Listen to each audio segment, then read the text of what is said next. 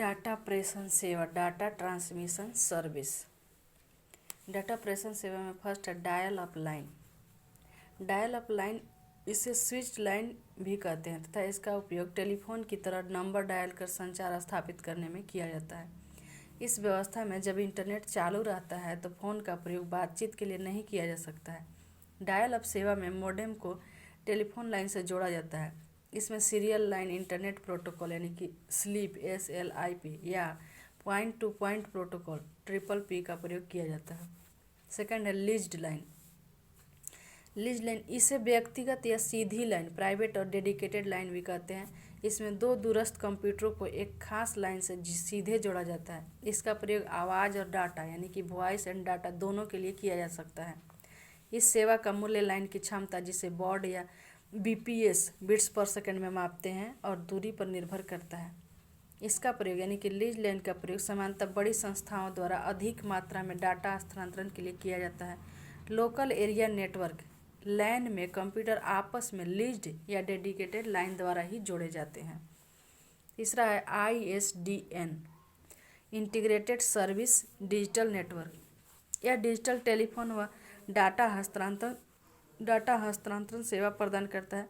चूँकि डाटा हस्तांतरण डिजिटल रूप में होता है इसलिए ISDN में मॉडेम की ज़रूरत नहीं रहती है तथा शोर भी नगण्य होता है। इसमें डाटा व आवाज़ के लिए अलग अलग चैनल का प्रयोग किया जाता है। अतः इंटरनेट से जुड़े होने के बावजूद फ़ोन पर सामान्य रूप से बातचीत की जा सकती है। ISDN डायल अप लाइन का विकसित रूप है। यह एक टेलीफोन लाइन है जिसमें 64 kbps के दो चैनल कुल 128 kbps होते हैं। ISDN सेवा द्वारा किसी नेटवर्क के एक से अधिक उपयोगकर्ता एक ही लाइन का प्रयोग कर इंटरनेट से जुड़ सकते हैं। फोर्थ है GSM global system for mobile communication. यह मोबाइल फ़ोन के संचालन के लिए सर्वाधिक प्रचलित मानक है जिसमें बिना फ़ोन बदले अंतर्राष्ट्रीय रोमिंग सुविधा प्रदान की जाती है। शॉर्ट मैसेज सर्विस SMS के जरिए कम खर्च में छोटे टेक्स्ट आधारित संदेश भेजने का प्रारंभ GSM मानक द्वारा ही किया गया है। Subscriber identity module. Subscriber identity module यानी कि सिम कार्ड एक इलेक्ट्रॉनिक चिप है जो GSM तकनीक से जुड़े मोबाइल फ़ोन पर प्रत्येक उपभोक्ता यानी कि सब्सक्राइबर की एक अलग पहचान स्थापित करता है। सिम कार्ड को फ़ोन, टैबलेट या कंप्यूटर से जोड़कर वायरलेस संचार स्थापित किया जा सकता है। पाँचवा है CDMA code division multiple access. CDMA तीसरी पीढ़ी यानी कि थर्ड जनरेशन मानक पर आधारित तकनीक है जिसका प्रयोग मोबाइल फ़ोन संचालन में किया जाता है। छठा है डिजिटल सब्सक्राइबर लिंक यानी कि DSL डिजिटल सब्सक्राइबर लिंक। इसमें टेलीफोन लाइनों का प्रयोग डिजिटल डाटा ट्रांसमिशन में किया जाता है। इसमें कंप्यूटर सदा नेटवर्क से जुड़ा रहता है अतः संपर्क स्थापित करने के लिए डायल करने की जरूरत नहीं पड़ती। इसमें नेटवर्क से जुड़ने के लिए DSL मॉडेम का प्रयोग किया जाता है। इसमें एक साथ डाटा और आवाज़ दोनों को टेलीफोन लाइन पर भेजा जा सकता है। ADSL असाइमेट्रिकल डिजिटल सब्सक्राइबर लिंक में डाटा भेजने यानी कि अपलोड और प्राप्त करने यानी कि डाउनलोड की गति अलग अलग होती है ADSL में। दूसरी तरफ SDSL यानी कि सिमेट्रिकल डिजिटल सब्सक्राइबर लिंक में डाटा भेजने और प्राप्त करने की गति एक समान होती है। सातवां है वायरलेस ब्रॉडबैंड।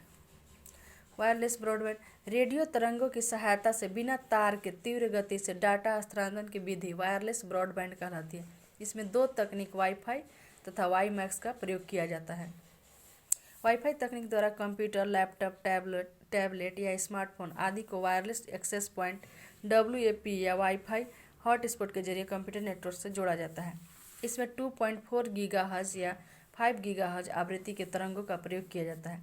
इसमें वाईफाई हॉटस्पॉट से 100 मीटर की दूरी तक इंटरनेट से जुड़ा जा सकता है। इसे wireless local area network wireless LAN भी कहा जाता है। WiMAX वर्ल्ड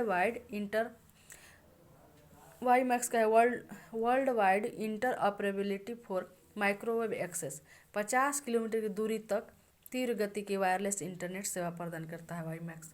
इसका प्रयोग अलग अलग स्थानों पर स्थित वाईफाई हॉटस्पॉट को वायरलेस तकनीक द्वारा आपस में जोड़कर वायरलेस नेटवर्क बनाने के लिए किया जाता है। WiMAX तकनीक द्वारा wireless metropolitan area network wireless man का निर्माण किया जाता है। सेलुलर फ़ोन का प्रयोग कर भी कंप्यूटर को इंटरनेट से जोड़कर वायरलेस नेटवर्क की स्थापना की जा सकती है। क्या आप जानते हैं नोटबुक, नेटबुक तथा टैबलेट आदि में मोबाइल सिम डालने के लिए स्थान बना होता है, जिसका प्रयोग कर सेलुलर टेलीफोन सेवा द्वारा नेटवर्क से जुड़ा जा सकता है तथा इंटरनेट का प्रयोग किया जा सकता है। अब है सिंक्रोनमस एंड असिंक्रोनमस ट्रांसमिशन। सिंक्रोनमस तथा असिंक्रोनमस संचार डाटा हस्तांतरण की वह विधि जिसमें संकेतों को भेजने से पहले प्रेषक, सेंडर और प्राप्तकर्ता यानी कि रिसीवर के बीच समन्वय आवश्यक है, तो सिंक्रोनमस ट्रांसमिशन कहलाता है। टेलीफोन पर आवाज़ का आदान प्रदान इसका उदाहरण है। किसका? सिंक्रोनमस संचार का। असिंक्रोनमस ट्रांसमिशन विधि में डाटा हस्तांतरण के दौरान प्रेषक तथा प्राप्तकर्ता के बीच यानी कि सेंडर एंड रिसीवर के बीच समन्वय स्थापित किया जाना आवश्यक नहीं होता है, बल्कि प्राप्तकर्ता डाटा प्राप्त करने के लिए हमेशा तैयार रहता है। कंप्यूटर नेटवर्क में डाटा हस्तांतरण के लिए अधिकांशतः इसी विधि का प्रयोग किया जाता है, यानी कि असिंक्रोनमस ट्रांसमिशन विधि में कंप्यूटर नेटवर्क में डाटा हस्तांतरण होता है। अब मल्टीप्लेक्सिंग। मल्टीप्लेक्सिंग क्या है? एक ही संचार माध्यम पर भिन्न भिन्न डाटा संकेतों को सफलतापूर्वक भेजना मल्टीप्लेक्सिंग कहलाता है। इसमें दो या अधिक डिवाइस डाटा भेजने और प्राप्त करने के लिए एक ही संचार माध्यम का साझा उपयोग करते हैं। किसी संचार माध्यम पर सामान्यतः एक बार में एक ही संकेत भेजा जा सकता है, लेकिन इससे संचार माध्यम का बेहतर उपयोग संभव नहीं हो पाता।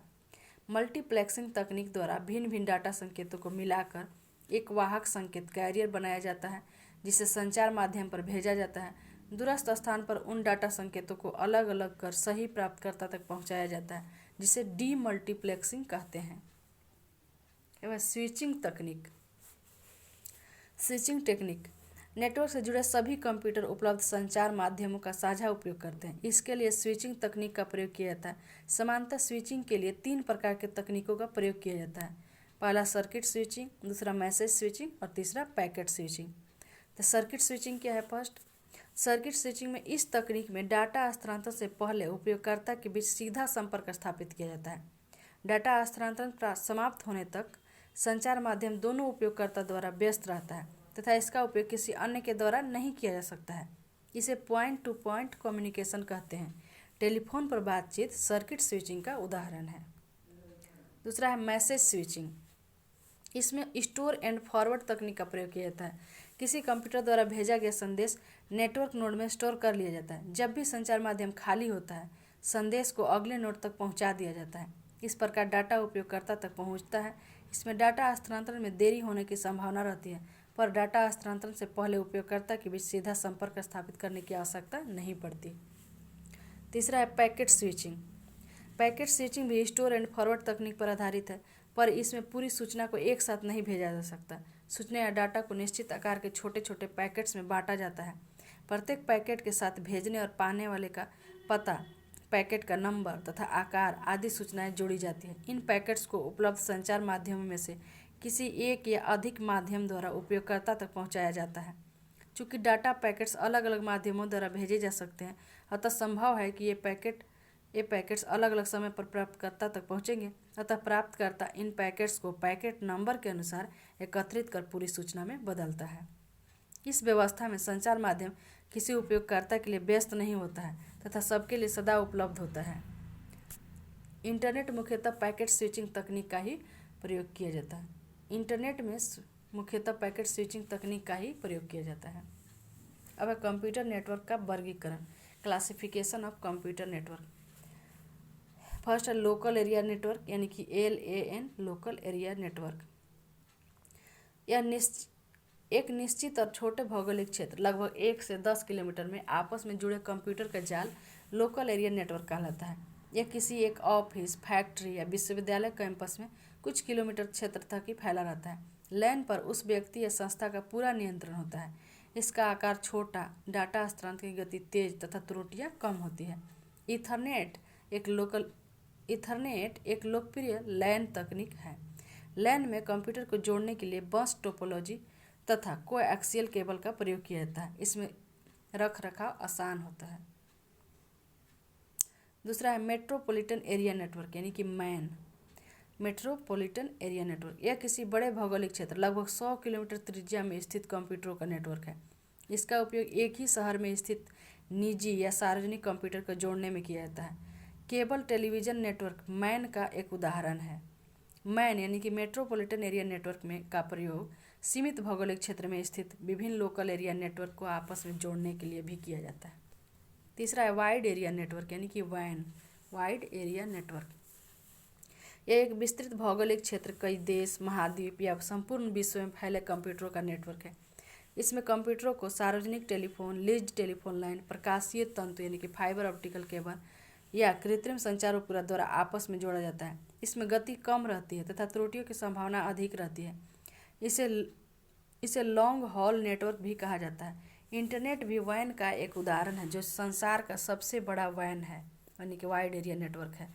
कंप्यूटर मेंटेनेंस कॉरपोरेशन CMC द्वारा विकसित इंडोनेट भारत में वैन का उदाहरण है।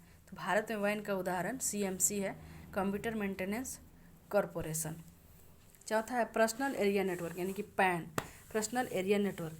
किसी व्यक्ति या संस्था के अधिकार क्षेत्र के भीतर कुछ दूरी यानी कि 10 मीटर से 100 मीटर तक कंप्यूटर का अपने ही उपकरणों से स्थापित संचार पर्सनल एरिया नेटवर्क कहलाता है।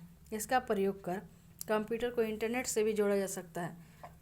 यदि इन कंप्यूटरों को जोड़ने के लिए वायरलेस तकनीक का प्रयोग किया जाता है तो इसे वायरलेस पर्सनल एरिया नेटवर्क यानी कि WPAN कहा जाता है। पाँचवा है campus area network. Campus area network किसी स्कूल, कॉलेज, यूनिवर्सिटी, संस्था या किसी अन्य बड़े कैंपस के भीतर स्थित कंप्यूटरों का नेटवर्क कैंपस एरिया नेटवर्क कहलाता है। इसमें उसी क्षेत्र के भीतर स्थित कई लैन को भी आपस में जोड़ा जाता है। कैंपस एरिया नेटवर्क का दायरा 1 से 5 किलोमीटर तक हो सकता है।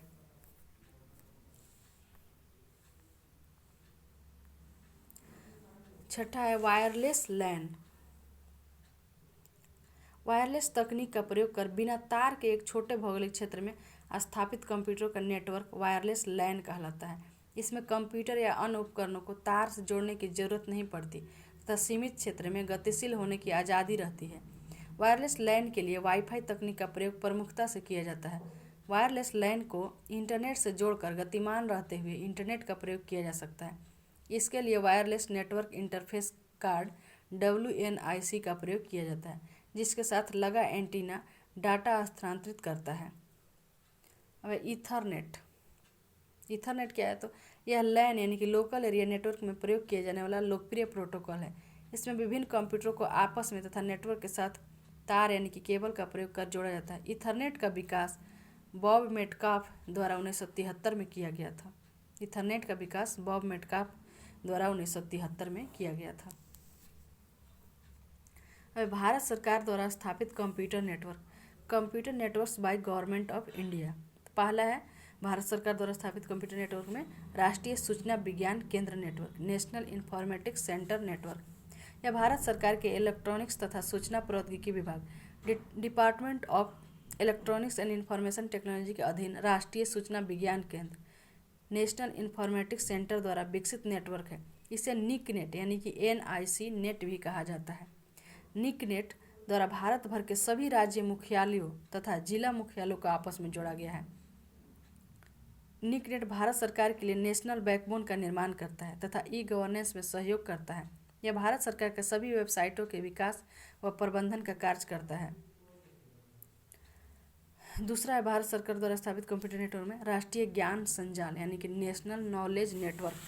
यह नेटवर्क भारत भर के सभी शैक्षणिक तथा ज्ञान आधारित संस्थाओं को उच्च गति क्षमता 1 गीगाबिट्स पर सेकेंड से अधिक वाले संचार माध्यमों द्वारा आपस में जोड़ता है। यह भारत के लिए नॉलेज बैकबोन का निर्माण करता है। तो जो राष्ट्रीय ज्ञान संजाल है वो भारत के लिए नॉलेज बैकबोन का निर्माण करता है। तीसरा है राज्य wide area network, state wide area network. इसे स्वान भी कहा जाता है यानी कि स्टेट वाइड एरिया नेटवर्क भी कहा जाता है। यह भारत सरकार द्वारा गवर्नेंस प्लान के तहत स्थापित एक बैकबोन नेटवर्क है, जिसमें सभी राज्यों व केंद्र शासित प्रदेशों के मुख्यालय को जिला मुख्यालय होते हुए ब्लॉक स्तर तक उच्च गति क्षमता वाले संचार माध्यमों से जोड़ा गया है। इसमें संचार माध्यमों के लिए 2 Mbps का न्यूनतम बैंडविड्थ निर्धारित है। चौथा है शैक्षणिक एवं अनुसंधान network, educational and research network. इसे ERNET भी कहा जाता है। यह दूरसंचार व सूचना प्रौद्योगिकी मंत्रालय भारत सरकार द्वारा स्थापित कंप्यूटर नेटवर्क है जो देश भर के प्रमुख शैक्षिक व अनुसंधान संस्थाओं को आपस में जोड़ता है। ERNET को भारत में सर्वप्रथम सीमित अर्थों में इंटरनेट सेवा प्रदान करने का श्रेय जाता है। वे क्या आप जानते हैं ARPANET यानी कि advance research project agency network विश्व का पहला WAN है जिसे अमेरिकी रक्षा विभाग के लिए विकसित किया गया। ERNET education and research network Bharat में शिक्षा के लिए स्थापित WAN है। NICNET NICNET national informatics centre network Bharat के प्रत्येक जिले को जोड़ने वाला नेटवर्क है। SWIFT SWIFT स्विफ्ट अंतर्राष्ट्रीय स्तर पर बैंकों को जोड़ने वाला WAN है, वाइड एरिया नेटवर्क है। अब है network topology. Network topology network के विभिन्न नोड या टर्मिनल्स को आपस में जोड़ने का तरीका है। यह नेटवर्क की भौतिक संरचना को बताता है।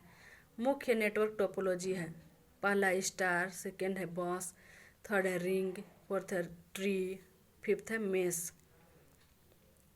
पहला जो है स्टार टोपोलॉजी क्या है, तो इसमें किसी एक नोड को होस्ट नोड या केंद्रीय हब का दर्जा दिया जाता है। अन्य कंप्यूटर या नोड आपस में केंद्रीय हब द्वारा ही जुड़े रहते हैं। इसमें विभिन्न नोड या टर्मिनल्स आपस में सीधा संपर्क न करके होस्ट कंप्यूटर द्वारा संपर्क स्थापित करते हैं।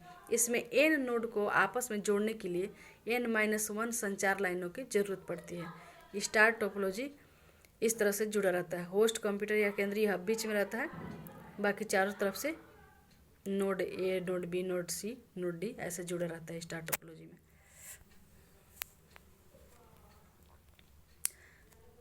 स्टार टोपोलॉजी का लाभ क्या है, तो किसी एक नोड या केबल में त्रुटि से नेटवर्क का शेष हिस्सा अप्रभावित रहता है। नया नोड जोड़ने का नेटवर्क पर प्रभाव नहीं पड़ता है। हानि इसका क्या है स्टार टोपोलॉजी का, तो केंद्रीय हब में त्रुटि आने पर पूरा नेटवर्क प्रभावित होता है। अब दूसरा है बस टोपोलॉजी। बस टोपोलॉजी इसमें एक केबल जिसे ट्रांसमिशन लाइन कहा जाता है के जरिए सारे नोड जुड़े रहते हैं। किसी एक स्टेशन द्वारा संचालित डाटा सभी नोड्स द्वारा ग्रहण किए जा सकते हैं। इस कारण इसे ब्रॉडकास्ट नेटवर्क भी कहते हैं। डाटा को पैकेट में भेजा जाता है जिसमें विशेष एड्रेस रहता है। कंप्यूटर नोड्स इस एड्रेस को पढ़कर अपने लिए बने डाटा को ग्रहण करते हैं। लैन में मुख्यतः यही टोपोलॉजी यानी कि बस टोपोलॉजी प्रयोग की जाती है। बस टोपोलॉजी में समानतः ईथरनेट प्रोटोकॉल का प्रयोग किया जाता है। तो बस टोपोलॉजी इस तरह से ट्रांसमिशन लाइन के थ्रू जुड़ा रहता है।